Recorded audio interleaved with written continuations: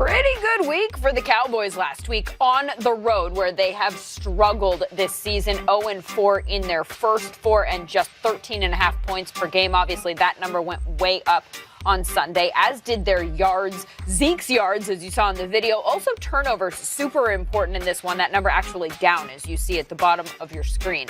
Why is all of this important? Because they are headed back out on the road again this week to play the Falcons in Atlanta, where Dallas hasn't won a game since 2006. That is 2 years before that guy throwing the ball joined the team.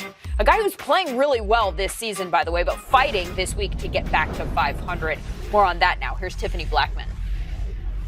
Quarterback Matt Ryan said the Falcons need to have a championship mindset regardless of what happened the week prior. And they are going to need to have that approach when they go into this game against the Cowboys this weekend.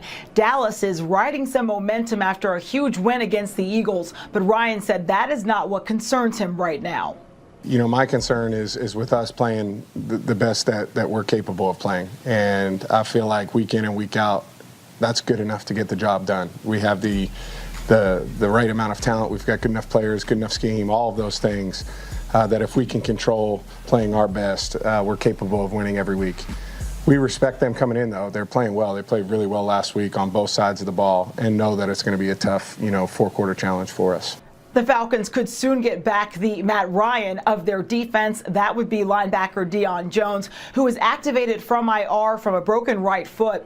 They are taking it day by day, and we won't see him back in the lineup until they fully feel he can be himself. I'm surrounded by Super Bowl champions here. We've already heard from Willie on the show. Sean O'Hara joining the Total Access Posse. Hi. How you doing? I'm good. I'm going to be better if you can tell me something about this Falcons and Cowboys matchup.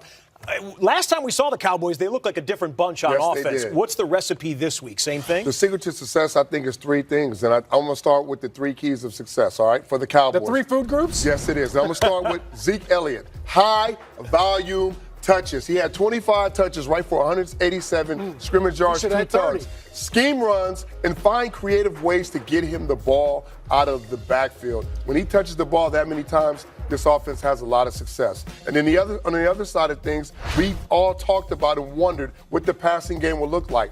Cooper, okay, you got to win outside. These receivers were winning outside, and they were winning the one-on-one battles. Get the ball to Cooper. Gallup stepped up. We saw the one-on-ones. What Cooper did, it opened up everything for all the other receivers. Dak was able to throw the ball downfield, 270 yards passing. And then guess what? When you get up in a football game, you turn Marinelli's defense loose. So you get the pass rush. You get these scheme and these design guys with these games and studs up front. They get after the quarterback. They're one of the best defenses in the league at putting pressures on quarterbacks and finding ways to get turnovers. Leighton Vander Esch is starting to play some nice football, too. The rookie, he was not the most well-received first-round draft pick in the history of the Cowboys franchise. They appreciate him now, don't they? They appreciate him now. You got that right. Flip it over to the Falcons here for me, Sean. Find me a difference maker for Atlanta. Well, for Atlanta, really, it's Matt Ryan and really his two receivers, Calvin Ridley and Julio Jones. This is the one thing that I think is a mismatch for the Atlanta Falcons against the Cowboys. I don't think the Cowboys can cover these guys. And I think for Dallas, I think when you look at their defense and really can they not give up the big play, you look at offensively, I don't know if Dak can keep up with this. Dak still hasn't thrown a 300-yard game this season. He's only got 11 touchdowns. Matt Ryan's got 21 touchdowns. 10 of them, Scott, are 15 yards or more, so they've got that big play. I think when you look at this offense, they're one throw away from breaking the game open. And I think that can put the pressure on Dak. And now all of a sudden they can't use Willie's wisdom. And if they find themselves down, they can't lean on Zeke. They're going to get away from the run game. So I look at the Falcons. They're coming off an awful loss against Cleveland, where defensively they gave up 211 yards rushing. Nick Chubb went Chumbawamba on them. And I think when you look at what they did offensively, I mean, they totally wet the bed. Matt Ryan had 2 fumbles. They on 4th and 1 down on the goal line, they didn't convert. So they basically gave the game up, and I'm sure that they're salty about it right now. They went pass happy and didn't run the ball. Back in playing in Dallas's That's favor. been a narrative for them for a while. A couple of nice things for the Falcons. One, you're going to see Matt Ryan, our special guest after Thursday Night Football. Tomorrow night right here on Total Access, Matt Ryan will join us. And the Pro Bowl linebacker, Deion Jones, who had been out since week 1, he's back with them now, so get him back in the fold. That'll make a difference. Okay, Dallas Cowboy fans. What is about to happen next here on NFL Total Access may be disturbing to some. We have put James Jones over at what we call the touch screen. With the Dallas Cowboys remaining schedule, It's bad. he is going to predict the future live before your eyes. Viewer discretion is advised.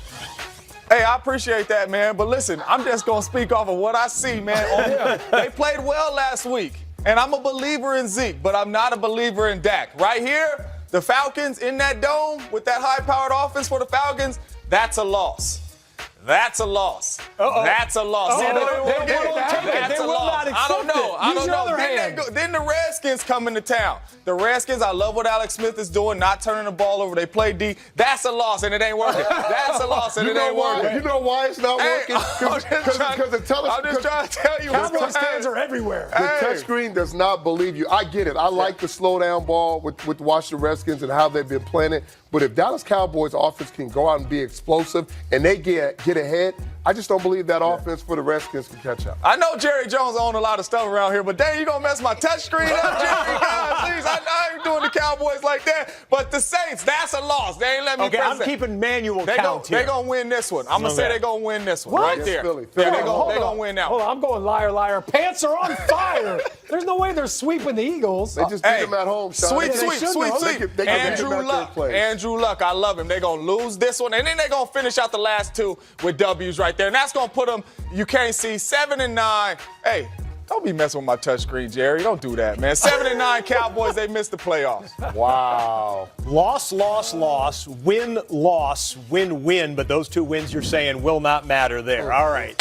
James, we appreciate Good job, that. JJ. No problem. Well, I say we appreciate that. That was your job I mean, to do. that JJ, not JJ. I'm not so sure Cowboys.